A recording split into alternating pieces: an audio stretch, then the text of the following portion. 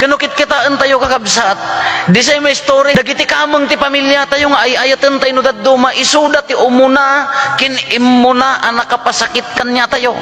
Ti umuna nga nakapasakit kanya tayo no daduma. Haamagkat nga di kaaruba tayo. Haamagkat nga di tao ti maestro tayo. Wano dyan ang isuro ka dati. Ti daksang gasat nga istorya ti biyag tayo.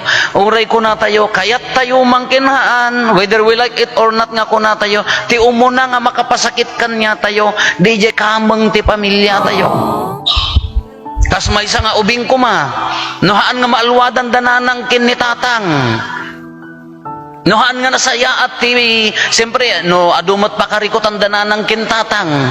Nagado ti pakabisyanda. Survival lang nga rod ti biyagan. Nohaan na maalwadan, isupay laeng ti umuna nga makapasakit, DJ ay ayatan da nga kunada nga anak da. Kanya-kanyang istorya, kanya-kanyang pagkapsutan, kanya-kanyang nagkurangan.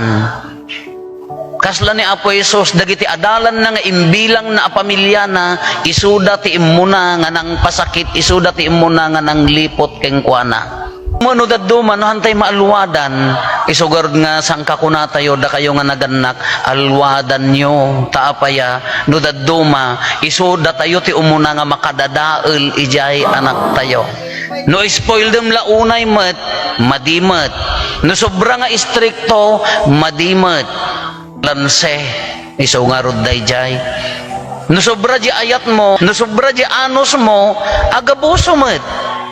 No sobra nga istrikto, rebelde mat.